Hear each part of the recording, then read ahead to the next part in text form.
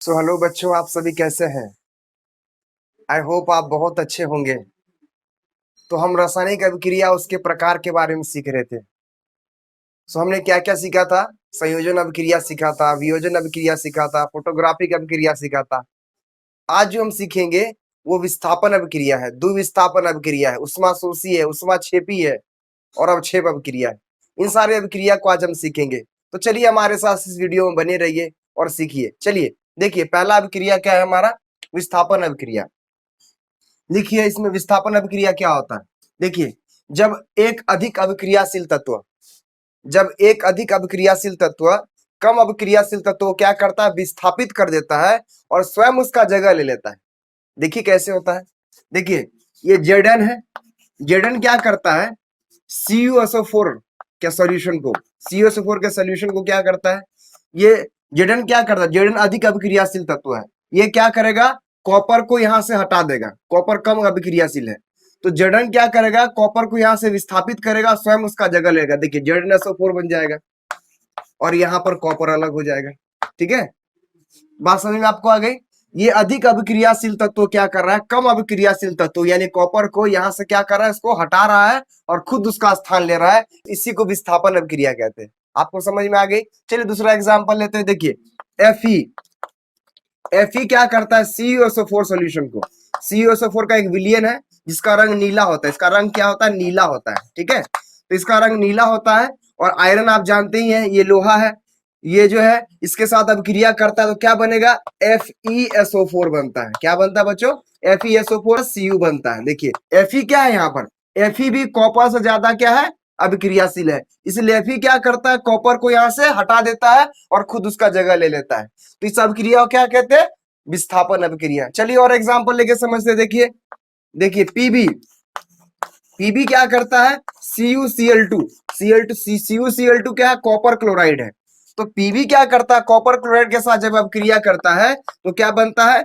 PbCl2। क्या बनता है बच्चों? PbCl2 प्लस कॉपर को यहां से अलग कर देता है। ठीक है, तो इस अभिक्रिया में हमने क्या देखा? अधिक अभिक्रियाशील तत्व क्या करता है? कम अभिक्रियाशील तत्व को उसके स्थान से विस्थापित कर देता है, यानी कि हटा देता है और खुद उसका जगह ले लेता है। ऐसी अभिक्रिया को तो विस्थापन अभिक्रिया कहते हैं। चलिए मैं इसका डेफिनेशन आपको लिख देता हूं, परिभाषा लिख देता हूं। देखिए, लिखिए आप मेरे साथ। जब अधिक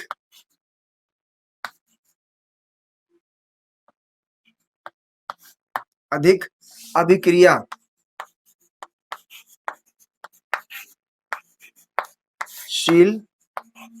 अभिक्रियाशील तत्व कम अभिक्रियाशील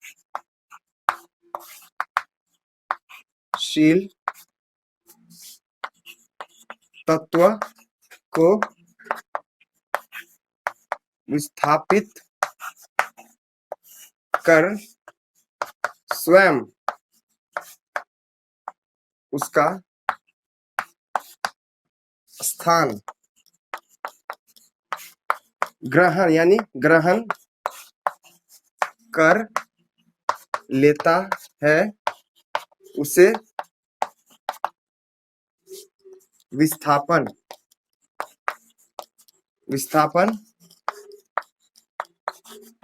अभिक्रिया कहते हैं। देखिए मैंने क्या लिखा? जब अधिक अभिक्रियाशील तत्व, वहां क्या था? हमने क्या देखा था? जेडन। देखिए जेडन क्या देखा था हमने? जेडन क्या किया था? इस CuSO4 का सोल्यूशन में, CuSO4 का विलयन में क्या किया था? ये जेडन ने क्या किया था? CuSO4 को यहां से हटा दिया था और जेडन SO4 बन गया था, कॉपर यहाँ अलग हो गया था। तो अधिक अभिक्रियाशील तत्व क्या किया? कम अभिक्रियाशील तत्व को हटा दिया और खुद उसका जगह ले लिया। ऐसे अभिक्रिया को क्या कहते हैं हम लोग? विस्थापन अभिक्रिया कहते हैं। समझ में आ गई? चलिए आप लोग उतार लीजिए। देखिए बच्चों, हमारा दूसरा अभिक्रिया क्या है? द्विविस्थापन अभिक्रिया। इसमें क्या होता है? इसमें वे अभिक्रिया जिसमें आयनों का आदान प्रदान होता है, यानी कि आयन क्या करता है? आपस में अदला बदली करते हैं। देखिए कैसे अदला बदली करेगा। देखिए Na2SO4 क्या है? सोडियम सल्फेट है।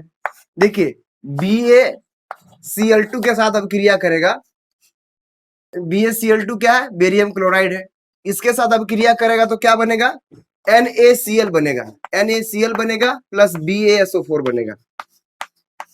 देखिए ये Na जो है Cl के साथ चला गया और ये Ba किसके साथ आ गया, सल्फेट के साथ आ गया। देखिए ये NaCl के साथ आ गया, इसको हटाया, ये आके इसकी जगह आ गया, और Ba क्या किया, Ba जो है इसके साथ आ गया, देखिए इसके साथ आ गया, तो आयनों का आदान प्रदान हुआ, एक दूसरे में क्या अदला बदली हो गया। तो वे अभिक्रिया जिसमें आयनों का आदान प्रदान होता है, ऐसे अभिक्रिया को क्या कहते हैं हम लोग, द्विविस्थापन अभिक्रिया कहते हैं। बात समझ में आ गई बच्चों, लिख लीजिए इसका उदाहरण, लिख लीजिए उसका परिभाषा। देखिए वह अभिक्रिया जिसमें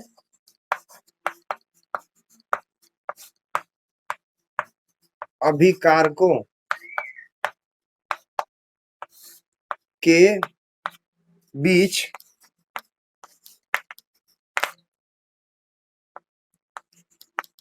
आयनों का आदान प्रदान होता है, ऐसे अभिक्रिया को द्विविस्थापन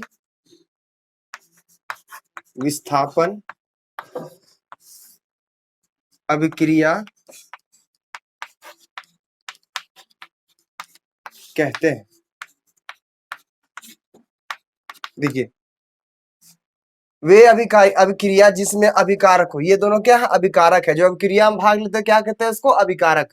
तो अभिकारकों के बीच में क्या होता है, आयनों का आदान प्रदान, यानी कि Ba जो है SO4 के साथ आ गया और BaSO4 बन गया, Na किसके साथ आ गया, क्लोरीन के साथ आ गया और सोडियम क्लोराइड बन गया। देखिए ये अभिक्रिया जो है, इसमें ये इसको द्विविस्थापन अभिक्रिया कहती है, ये भी बैलेंस नहीं है, ये संतुलित नहीं, इसको संतुलित कर लीजिए। देखिए सोडियम यहाँ 2 है, यहाँ पर सोडियम 1 है, क्लोरीन यहाँ पर कितना 2 है, क्लोरीन यहाँ 1 है, यहाँ 2 आप लगा लीजिए, 2 लगा लीजिएगा तो क्या होगा, देखिए सोडियम यहाँ 2 हो गया, यहाँ सोडियम 2, क्लोरीन यहाँ पर 2 हो गया, क्लोरीन 2, बाकी आपका Ba 1 है और SO4 भी 1 है, SO4 1 है। तो ये अभिक्रिया बैलेंस, ये अभिक्रिया क्या हो गया आपस में, यह संतुलित हो गया। तो ऐसे अभिक्रियाओं को हम लोग क्या कहेंगे, जिसमें आयनों का आदान प्रदान होगा, ऐसे अभिक्रियाओं कहेंगे हम लोग द्विविस्थापन अभिक्रिया। बात समझ में आ गई, चलिए आप लोग उतार लीजिए। देखिए बच्चों हमारा नेक्स्ट अभिक्रिया जो है उष्माशोषी अभिक्रिया है।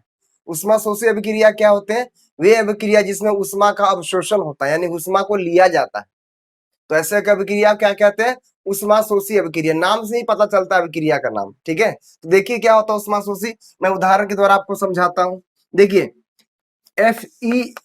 FeSO4, FeSO4 जो है, FeSO4 को अगर आप गर्म करेंगे यानी कि हीट लगाएंगे, ठीक है, उष्मा देंगे, उष्मा का यहाँ अवशोषण हो रहा है, उष्मा लिया जा रहा है, ठीक है, तो क्या बनेगा, ये Fe2O3 प्लस क्या बनता है, SO2 बनता है, और क्या बनता है, SO3 बनता है। देखिए ये बैलेंस नहीं है, इसको बैलेंस कर लीजिए, यहाँ 2 लगा लीजिए।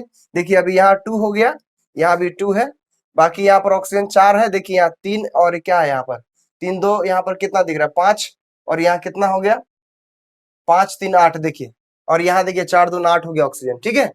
तो वे अभिक्रिया जिसमें क्या होता है, उष्मा का अवशोषण होता है, ऐसे अभिक्रिया को क्या कहते हैं हम लोग, उष्माशोषी अभिक्रिया कहते हैं। यहाँ पर उष्मा लिया जा रहा है, उष्मा लेने से क्या हो रहा है, ये जो है आयरन सल्फेट जो है, ये जो है आपका आयरन ऑक्साइड, इसको बोलते हैं फेरिक ऑक्साइड कह सकते हैं, फेरिक ऑक्साइड में कन्वर्ट हो जा रहा है, SO2 बन रहा है, SO3 बन रहा है, यानी कि सल्फर डाइऑक्साइड और सल्फर ट्राइऑक्साइड बन जा रहा है। बात समझ में आ गई। चलिए दूसरा एक उदाहरण और लेते हैं हम लोग। देखिए PbNO3 का होल ट्वाइस, PbNO3 का होल ट्वाइस। देखिए इसको अगर आप गर्म करेंगे, हीट करेंगे, हीट करने से क्या बनेगा, ये PbO बनता है, लेड ऑक्साइड बनता है, PbO प्लस नाइट्रोजन डाइऑक्साइड बनेगा और प्लस O2 गैस निकलता है, ठीक है। ये भी बैलेंस नहीं है, यहाँ पर क्या कर सकते हैं आप, इसको बैलेंस कर सकते हैं, यहाँ 4 लगाइए नाइट्रोजन, तो यहाँ पर क्या होगा, यहाँ पर 2 लगा दीजिए, आपका नाइट्रोजन भी 4 हो गया, ठीक है, Pb यहाँ 2 लगा दीजिए, ठीक है। देखिए अब ये बैलेंस हो गया, संतुलित हो गया। देखिए तो इसमें हमने क्या देखा, इसमें हीट जो है लिया जा रहा है, उष्मा क्या हो रहा है, लिया जा रहा है, तो इस सब क्रिया क्या कहेंगे हम लोग, उष्माशोषी अभिक्रिया। और उदाहरण द्वारा समझिए, देखिए CaCO3 इसको कहते हैं कैल्शियम कार्बोनेट। अगर ये जो है इसमें अगर हीट देंगे, उष्मा देंगे, ठीक है, उष्मा देने से क्या होगा, ये जो है कैल्शियम ऑक्साइड में, calcium oxide plus CO2 carbon dioxide, इसमें क्या होगा, ये टूट जाएगा, यानी कि उष्मा को लिया जा रहा है। तो जिस अभिक्रिया में उष्मा का अवशोषण होता है, उष्मा लिया जाता है, ऐसे अभिक्रिया को क्या कहते हैं हम लोग, उष्मा शोषी अभिक्रिया कहते हैं। समझ में आ गई बात? तो देखिए उसका परिभाषा मैं लिख देता हूं।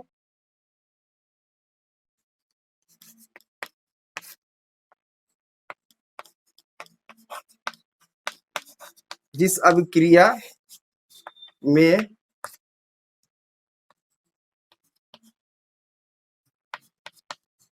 उष्मा का अवशोषण होता है, ऐसे अभिक्रिया को उष्मा शोषी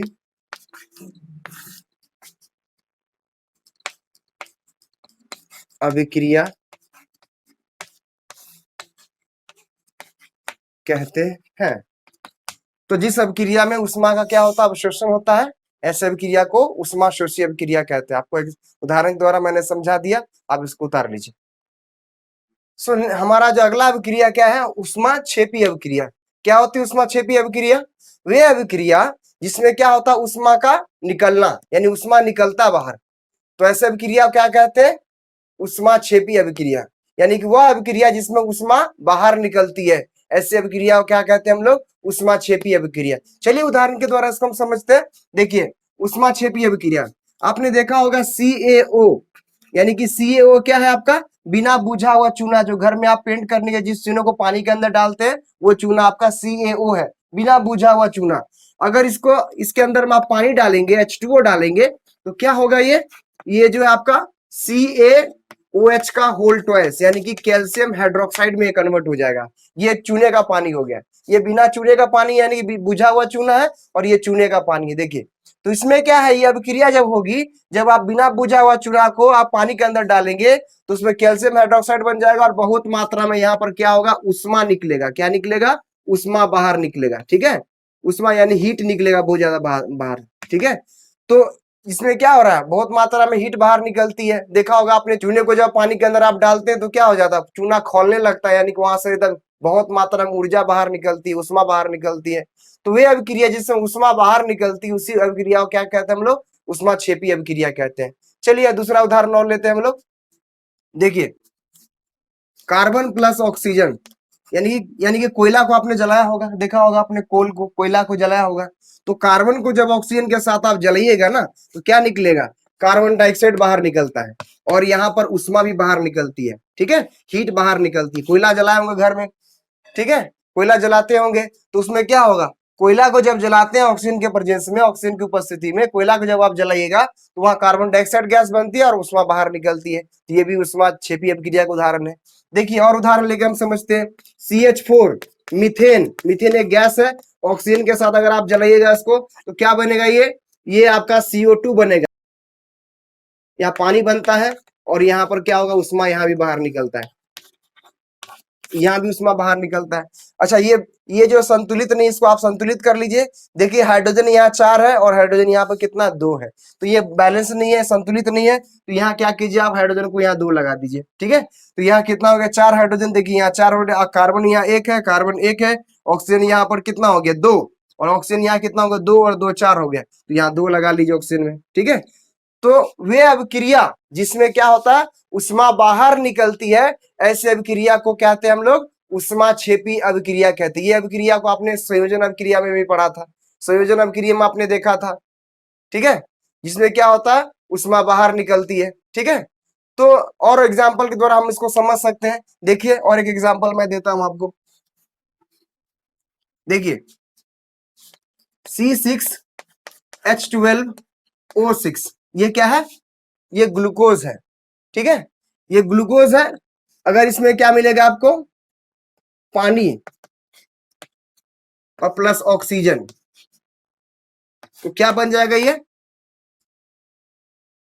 CO2 में कन्वर्ट हो जाएगा, यहाँ पानी बाहर निकलेगा और यहाँ पर जो है उष्मा बाहर निकलेगी। ये अभिक्रिया कहाँ होती है? हमने आपको संयोजन अभिक्रिया जब पढ़ा थे आपने, हम उसमें आपको बताए थे कि संयोजन अभिक्रिया क्या होती है। जब आप किसी भी चीज को, जैसे आलू हो गया, ब्रेड हो गया, चावल हो गया, ये सब चीज को जब आप खाते हैं उसमें क्या रहता है? कार्बोहाइड्रेट रहता है। और कार्बोहाइड्रेट जब टूटता है तो क्या बनता है? ये ग्लूकोज बनता है, C6H12O6। इसका नाम ग्लूकोज है, लिख लीजिए आप लोग ग्लूकोज, पहले मैं बताया था आपको ग्लूकोज, ग्लूकोज, ठीक है, ये ग्लूकोज है। तो ये ग्लूकोज जो है, ग्लूकोज क्या करता है? पानी और ऑक्सीजन के साथ, हमारे बॉडी के अंदर जो पानी है और ऑक्सीजन जो हमारा बॉडी के अंदर, उसके साथ अब क्रिया करके क्या करता है? कार्बन डाइऑक्साइड और वाटर यानी कि पानी बाहर निकलता है और हमको क्या मिलता है? उस और हमको ऊर्जा मिलती है, ठीक है। या मैं उष्मा लिखा हूं, आप ऊर्जा लिख लीजिए, कोई दिक्कत नहीं है, ऊर्जा लिख लीजिए, ठीक है। ऊर्जा हमको मिलती है, क्या मिलती है? ऊर्जा, ठीक है। इसलिए खाने के बाद हमारे शरीर में क्या आ जाती है? ऊर्जा आ जाती है, ठीक है। तो वे अभिक्रिया जिसमें क्या होता है? उष्मा या ऊर्जा बाहर निकलती है ना, ऐसे अभिक्रिया को क्या कहेंगे हम लोग? उष्मा क्षेपी अभिक्रिया कहते हैं। अच्छा, ये अभिक्रिया जो है ये संतुलित अभी नहीं है, इसको आप संतुलित कर लीजिए। यहाँ पर आप क्या कीजिए? 6 लगा दीजिए, यहाँ पर 12 लगा दीजिए और यहाँ पर आप 6 लगा दीजिए। देखिए बैलेंस हुआ, नीचे चेक कर लीजिए। देखिए यहाँ पर कार्बन कितना है? 6 है। देखिए यहाँ पर कार्बन कितना है? 6 नहीं है, यहाँ पर आप 6 लगा लीजिए, ठीक है। कार्बन 6 हो गया। हाइड्रोजन कितना? 12 है और ये 12 24 हो गया। देखिए अभिकारक में, उत्पाद में देखिए 24 हो गया। आपने यहाँ 12 लगाया है ना, यहाँ 12 लगाया तो ये कितना हो गया? 24 हाइड्रोजन हो गया। ऑक्सीजन देखिए यहाँ 6 है और यहाँ 6 है, 12 हो गया। और यहाँ कितना हो गया? 12 24 है। यहाँ चेक कर लीजिए ऑक्सीजन कितना? 12 यहाँ पर और 12 यहाँ 24। तो इस तरह से देख क्या देखा हमने? ये अभिक्रिया संतुलित हो गया। तो आपको समझ में आ गया होगा क्या होता है उष्मा क्षेपी अभिक्रिया। आई होप आप समझ गए होंगे। और एक अभिक्रिया हम सीखेंगे, उससे पहले आप क्या कीजिए? इसको उतार लीजिए। सो देखिए बच्चों, हमारा नेक्स्ट अभिक्रिया है, हमारा अगला अभिक्रिया अवक्षेपण अभिक्रिया। अवक्षेपण अभिक्रिया क्या होती है? वे अभिक्रिया जिसमें अवक्षेप का निर्माण होते हैं, यानी प्रिसिपिटेट का निर्माण होते हैं। इंग्लिश में कहते हैं इसको प्रिसिपिटेशन रिएक्शन कहते हैं। क्या कहते हैं इसको? प्रिसिपिटेशन रिएक्शन कहते हैं, ठीक है। तो वे अभिक्रिया जिसमें अवक्षेप का निर्माण होते हैं उसको अवक्षेपण अभिक्रिया कहते हैं। देखिए उदाहरण के द्वारा मैं आपको समझाता हूं। देखिए Na2SO4 सोडियम सल्फेट है। अगर इसको बेरियम क्लोराइड BaCl2 के साथ अभिक्रिया कीजिएगा तो क्या बनेगा? ये BaSO4 बनेगा और यहाँ पर NaCl बाहर निकलेगा, ठीक है। सबसे पहले ये संतुलित नहीं है, इसको संतुलित कर लीजिए। देखिए यहाँ पर Na2 है, यहाँ Na1 है, यहाँ 2 लगा लीजिए तो क्लोरीन भी आपका 2 हो जाएगा। यहाँ क्लोरीन 2 हो गया, बाकी सब बैलेंस हो गया, बाकी सब संतुलित हो गया। तो इसमें क्या देखा आपने? इसमें हम क्या देख रहे हैं? इसमें देख रहे हैं कि ये जो BaSO4 जो बना है ना, ये BaSO4 जाकर नीचे क्या होगा? परख नली में बैठ जाएगा। मान लीजिए ये परख नली है और इस परख नली के अंदर इस दोनों अभिकारक को आप डालते हैं, ठीक है। ये दोनों अभिकारक यानी कि Na2SO4 और BaCl2, ये दोनों को आप डालेंगे ना तो क्या बनेगा? BaSO4 और NaCl बनेगा। NaCl विलयन के अंदर घुला रहेगा, लेकिन BaSO4 क्या रहेगा? नीचे जाकर बैठ जाएगा, अवक्षेप बनेगा, यानी कि टैंक में जाकर क्या होगा? ये इस टैंक में, इस नली परख नली में जाकर के बैठ जाएगा।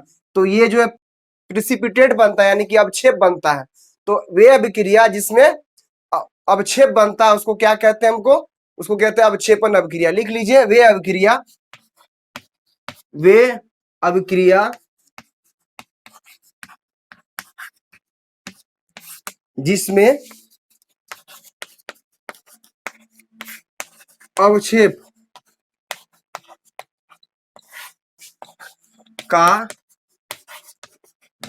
निर्माण होता है, ऐसे अभिक्रिया